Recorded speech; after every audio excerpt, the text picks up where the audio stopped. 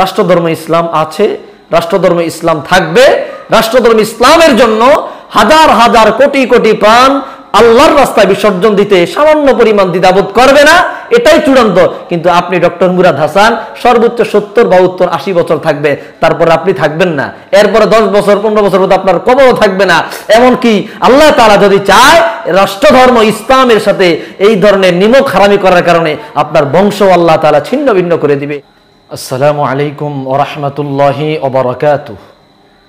আলহামদুলিল্লাহি রাব্বিল আলামিন والصلاة والسلام على سيد المرسلين وعلى آله وأصحابه أجمعين أما بعد। প্রিয় দিনী ভাই এবং বোন, যে যেখান থেকে আজকে আমাদের আলোচনাটি শুনছেন সকলকেই মোবারকবাদ জানাচ্ছি। আজকে আলোচনার বিষয়বস্তু হচ্ছে বাংলাদেশের ইসলামী শাসন এবং তার উপরে জুলুম ও নিপীড়ন। সম্মানিত হাজিরিন, বাংলাদেশ একটি গণতান্ত্রিক দেশ। এই দেশের মধ্যে বিভিন্ন ধর্মের মানুষ বসবাস করতেছে শান্তি, সুশৃঙ্খল এবং বাংলাদেশের সাংবিধানিক আইন মেনে চলে। রাষ্ট্রধর্ম ইসলাম এবং 92% মুসলমান এই ভূখণ্ডের মধ্যে বসবাস করতেছে দীর্ঘ শত শত বছর ধরে। স্বাধীনতার সংগ্রামের মধ্যে 92% মুসলমানদের হারই বেশি ছিল, যারা মুক্তিযুদ্ধে অংশগ্রহণ করে পাক হানাদারদের কাছ থেকে এই বাংলাদেশের জন্য সবুজ শ্যামল একটি পতাকা আনতে সক্ষম হয়েছে। সেই বাংলার মাটিতে মুসলমানের ঘাঁটি, যেখানে সকাল থেকে সন্ধ্যা অবধি আল্লাহ এবং তার রসুলের আহ্বান শোনা যায়, সেই জমিনের মধ্যে ইসলাম নিয়ে, দিন নিয়ে, কোরআন নিয়ে, কোরআনের ধারক বাহক রসুল করিম সাল্লাল্লাহু আলাইহি ওয়াসাল্লামকে নিয়ে, এমনকি সৃষ্টি জগতের স্রষ্টা মহান রব্বুল আলামিনকে নিয়ে কটূক্তি করা হবে দিনের পর দিন। আর তার প্রতিবাদ বা প্রতিহত করার জন্য মুসলমান ও ইসলামের অনুসারীরা মাঠে নামবে, এটাই স্বাভাবিক।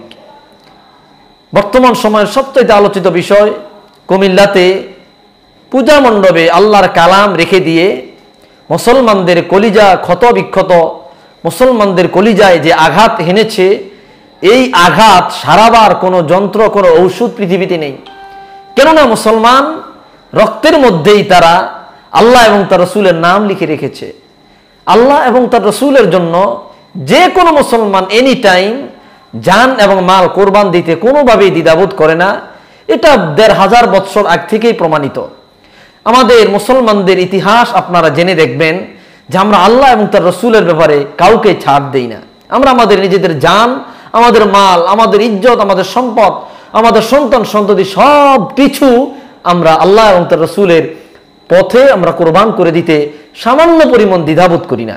সম্মানিত হাজিরিন, আমার আলোচনার মুখ্য উদ্দেশ্য হচ্ছে আজকে কোরআনে কারীমকে নিয়ে পূজা মণ্ডপে যেই ধরনের একটা অবমাননাকর বিষয়বস্তু তৈরি করা হয়েছে, আমরা এই বিষয়টি নিয়ে কয়েকটি কথা বলবো। প্রথমত, এই কোরআন পূজা মণ্ডপে বা পূজার যে মূর্তির পায়ের উপরে কে রেখেছে বা কারা রেখেছে, এই বিষয়টি আমরা প্রশাসনকে খতিয়ে দেখার অনুরোধ করছি। যদি এটা নিজেদের মধ্যে অর্থাৎ হিন্দু সম্প্রদায়ের মধ্যেই যদি কোনো দাঙ্গা লাগাবার জন্য অন্য কোনো তাদেরই লোক করে থাকে, এটাও আপনারা একটু খতিয়ে দেখবেন। অথবা রাজনৈতিক কোনো কর্মকাণ্ড অথবা রাজনৈতিক দলদের মধ্যে বিবাদ তৈরি করবার জন্য যদি অন্য কোনো রাজনৈতিক দল এমনটা করে থাকে, সেটাও খতিয়ে দেখবেন যে রাষ্ট্রের মধ্যে কোনো বিশৃঙ্খলা তৈরি করার জন্য তৃতীয় কোনো পক্ষ এমন ঝামেলা করতে পারে কিনা, এমন জঘন্য কাজ করতে পারে কিনা, এই বিষয়টা একটু খতিয়ে দেখার অনুরোধ রইল। যদি হিন্দু ভাইদের মধ্যেই পারস্পরিক সংঘর্ষ তৈরি করার কারণে অন্য কেউ কাজটা করে থাকে, সেটা আপনারা খতিয়ে দেখবেন। এটা আমার প্রথম কথা। 2 নম্বর কথা হচ্ছে, এই কাজটা যে বা যারা করেছে, আমার দীপ্ত অনুরোধ প্রশাসনের ভাইদের মধ্যে, আমরা আমাদের বাংলাদেশের প্রশাসনের দিকে তাকাই, সেখানেও দেখবেন 80%-এর উপরে মুসলমান। আমার সর্বস্তরে আমরা পার্সেন্টেজ হারে অগ্রাধিকার আমাদের বেশি, কিন্তু আমরা তাই বলে কারোর উপরে জুলুম করার কথা বলছি না, বরং আমরা ভ্রাতৃত্ববোধ স্থাপন করে এই ভূখণ্ডের মধ্যে বসবাস করার প্রতিশ্রুতি নিয়েছি। সাংবিধানিক আইন এবং রুল মেনে কিন্তু আমাদেরকে থাকতে দিচ্ছে না। মুসলমানদের রক্ত পাখির রক্ত মনে করা হচ্ছে, আলেম ওলামাদের রক্ত পাখির রক্ত মনে করা হচ্ছে, পশুর রক্ত মনে করা হচ্ছে। যে যেইভাবে পারতেছে আপনার অত্যাচার, নিপীড়ন, নির্যাতন চালিয়ে মুসলমানদেরকে হত্যা করতেছে। তো আমার প্রথম কথা হচ্ছে এই কার্যকলাপটা যে বা যারা চালিয়েছে তাদেরকে আমরা খুঁজে বের করার জন্য অনুরোধ করছি। 2 নম্বর কথা, আমার কোনো মুসলমান ভাইকে আমি এই কথা বলছি না বা বলবো না যে আপনারা কোনো হিন্দু ভাইদের পূজা মণ্ডপে গিয়ে সহিংসতা করুন। এটা ইসলাম শিক্ষা দেয় না। ইন্নাদ-দীনা ইনদাল্লাহিল ইসলাম, আল্লাহর কাছে মনোনীত ধর্ম হচ্ছে ইসলাম। আর আল-ইয়াউমা আকমালতু লাকুম দীনাকুম ওয়া আতমামতু আলাইকুম নি'মাতি ওয়া রাদিতু লাকুমুল ইসলাম দীনা। আর ইসলাম হচ্ছে আল্লাহ সুবহানাহু ওয়া তাআলার কাছে একমাত্র মনোনীত, আর আল্লাহ তাআলা এটা পরিপূর্ণ করে দিয়েছেন। আর ইসলাম ছাড়া অন্য কোনো দিন, অন্য কোনো ধর্ম গ্রহণ করা হবে না। আর লা ইকরাহা ফিদ-দীন, আর এই ইসলামের মধ্যে কোনো বাড়াবাড়িও নেই। আমার অনুরোধ, দীপ্ত অনুরোধ, একান্ত অনুরোধ, প্রিয় দিনী ভাই এবং বোন, হিন্দু ভাইদের কোনো পূজায় অথবা কোনো ঘর বাড়িতে আপনারা অগ্নিসংযোগ ভাঙচুর করবেন না। এটা ইসলাম কোনোভাবেই সমর্থন করে না। যেহেতু আমাদের রাষ্ট্রের একটা বিধান রয়েছে, যেহেতু তাদের কাছ থেকে আমরা বরাবরই নৈরাশ হচ্ছি, আমরা বিচারের দাবি জানিয়েও আমরা পুঙ্খানু বা পরিপূর্ণ অথবা আমাদের যথাযোগ্য বিচার আমরা পাইনি, তারপর আমরা রাষ্ট্রের কাছে বিনীত অনুরোধ করব এই বিচার ফাইসালা আল্লাহ এবং তার রাসূলের ক্ষেত্রে কোনো রকম ছাড় দেওয়া চেষ্টা করবেন না আপনারা। তা আমার ভাইরা, আপনারা কোনো পূজায় ভাঙচুর করবেন না, আগুন লাগাবেন না, হিন্দু ভাইদের ঘর বাড়িতে অগ্নিসংযোগ করবেন না, যতক্ষণ না পর্যন্ত আমরা এই বিষয়টা স্পষ্ট না হচ্ছি কে বা কারা করতেছে, কে বা কারা করছে, এটা যতক্ষণ পর্যন্ত আমরা স্পষ্ট হচ্ছি। 2 নম্বর কথা হচ্ছে, আমরা যদি এখন বাংলাদেশের হিন্দু ভাইদের উপর অত্যাচার করি, আমাদের পার্শ্ববর্তী দেশ ভারত আমাদের চরম শত্রু, যারা আমাদের বন্ধুরূপে আমাদের কাছে প্রকাশ হচ্ছে, কিন্তু তলে তলে আমাদের গোড়া কাটতেছে। তারা আমাদের চাইতে, আমাদের বাংলাদেশে যত বেশি মুসলমান তার চাইতে 3 গুণ বেশি মুসলমান আমাদের পার্শ্ববর্তী রাষ্ট্র ভারতে রয়েছে। তারা যেন ভারতের মুসলমানদের উপর চড়াও হবে না তার প্রমাণ নাই। দেখবেন, আপনারা ইতিমধ্যে দেখেছেন বিনা কারণে, বিনা অপরাধে ভারতের মুসলমানদের উপরে কত নির্মম অত্যাচার তারা করেছে, কাশ্মীরের উপরে কত নির্মম অত্যাচার তারা করেছে। এখন আমাদের এই বিষয়গুলারে আমাদের সোশ্যাল মিডিয়ার অবস্থা তো জানেনি, আমাদের সাংবাদিকদের অবস্থান তো জানেনি। এরা কিভাবে একটু চুলকানিমূলক হেডিং দিবে, কিভাবে মুসলমানদের জঙ্গি, সন্ত্রাসী অথবা অন্য কোনো উস্কানি বা চুলকানিমূলক হেডিং দিয়ে এরা প্রচার করবে, সেই চিন্তায় তারা থাকে। এদের কাজই হচ্ছে এটা, যেখানে পূজার মধ্যে কোরআন শরীফ রেখে আগে মুসলমানদের আঘাত করা হচ্ছে, সেখানে তারা বরাবরের মতো হেডিং দিয়ে মুসলমানদেরকেই দোষারোপ করার চেষ্টা করতেছে। তো এদের অবস্থা আর বলে লাভ নাই। সাংবাদিক এরা অমানুষের কাতারে চলে গেছে, অনেকেই কিছু আছে রয়েছে এখনো পর্যন্ত। আল্লাহ তাআলা ওদেরকে দিন এবং সঠিক বিষয়ের উপরে ইকামাত রাখুক, আমিন। তাহলে এই জন্য ভারতের মুসলমানদের কথা আপনার চিন্তা করতে হবে। তা না হলে ভারতের মুসলমান ভাইদের উপর যদি চড়াও হয়ে যায় হিন্দুত্ববাদী অথবা বিজেপি নেতারা, তাহলে আমাদের জন্য মারাত্মক একটা দুর্ভোগ। আমরা চাই না কোনো রকমের ঝামেলা, অসহিংসতা, আমরা চাই না কোনো রকমের দাঙ্গা হাঙ্গা, এটা আমরা বিশ্বাসও করি না। আমার সর্বশেষ কথা হচ্ছে, আমাদের তথ্য ও সম্প্রচার প্রতিমন্ত্রী ডক্টর মুরাদ হাসান সাহেবের একটা বক্তব্য ইতিমধ্যে সোশ্যাল মিডিয়ায় ভাইরাল হয়েছে, আপনারা সকলেই জানেন। কি তিনি বলেছে যে আমরা 72-এর সংবিধানের রাষ্ট্রধর্মে আবার চলে যাব, আমরা এই রাষ্ট্রধর্মে ইসলাম রাষ্ট্রধর্ম, এটা আমরা সংসদে দাবি জানিয়ে উঠিয়ে দিব।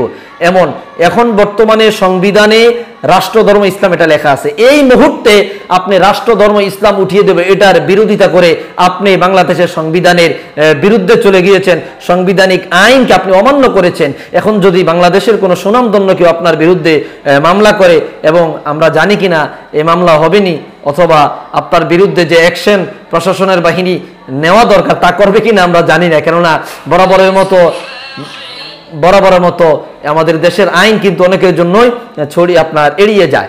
এই জন্য রাষ্ট্রের সাংবিধানিক রুল আইনকে অমান্য করার কারণে আপনি রাষ্ট্রের কাছে চরম ও উচ্চ পর্যায়ের অপরাধী সাব্যস্ত হয়েছেন। প্যারে হাজিরিন, আমি অনুরোধ করব আপনারা এই সকল অযোগ্য ব্যক্তিবর্গকে আপনারা নেতা করবেন না। সমাজে যোগ্য অনেক ব্যক্তিবর্গ রয়েছে, তাদেরকে আপনারা সিলেক্ট করুন, তাদেরকে আপনারা আপনাদের এমপি, মন্ত্রী, চেয়ারম্যান বা মেয়র পদে আপনারা নিযুক্ত করুন, যাদের দ্বারা আমাদের খেদমত হবে, ভালো হবে।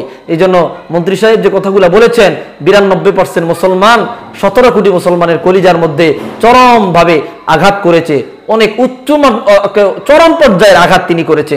রাষ্ট্রধর্ম ইসলাম আছে, রাষ্ট্রধর্ম ইসলাম থাকবে। রাষ্ট্রধর্ম ইসলামের জন্য হাজার হাজার কোটি কোটি প্রাণ আল্লাহর রাস্তায় বিসর্জন দিতে সামান্য পরিমাণ দ্বিধাবোধ করবে না, এটাই চূড়ান্ত। কিন্তু আপনি ডক্টর মুরাদ হাসান সর্বোচ্চ 70, 72, 80 বছর থাকবে, তারপর আপনি থাকবেন না। এরপরে 10 বছর 15 বছর মধ্যে আপনার কবরও থাকবে না। এমনকি আল্লাহ তাআলা যদি চায়, রাষ্ট্রধর্ম ইসলামের সাথে এই ধরনের নিমক হারামি করার কারণে আপনার বংশ আল্লাহ তাআলা ছিন্ন ভিন্ন করে দিবে। এটা কোনো আপনার অস্বাভাবিক বা স্বাভাবিক অস্বাভাবিক কিছু না, এটা মারাত্মক কিছু না। এটা আল্লাহ সুবহানাহু ওয়া তাআলার কাছে সহজ। ফেরাউন নেই, নমরুদ নেই, হামান নেই, কারুন নেই, বড় বড় কাফের মুশরিকরা নেই। আল্লাহর সাথে যারা ইসলামের সাথে দুশমনি যারা করে, তারা কেউ নেই। সুতরাং আমার কথাগুলো আপনারা কেউ নেগেটিভলি নেবেন না, আমি পজিটিভলি বলার চেষ্টা করেছি। আমি অনুরোধ করব আপনারা সকলেই ধৈর্যের সাথে সরকার বাহাদুরের কাছে দাবি জানান, প্রশাসনের কাছে দাবি করুন। হ্যাঁ, আমাদের প্রতিবাদ করার অধিকার রয়েছে। হ্যাঁ, প্রতিহত হয়তো আমরা করতে পারবো না, প্রতিহত করবে আমাদের রাষ্ট্র, আমাদের প্রশাসন। আমরা প্রতিবাদ করব, প্রতিবাদ করতে গিয়ে যেন অন্যের ক্ষতি না হয়, এই জিনিসটা আমাদের মাথায় রাখতে হবে। আল্লাহ তাআলা আমাদের সকলকে সহি বুঝদান করুক, আমিন। আসসালামু আলাইকুম।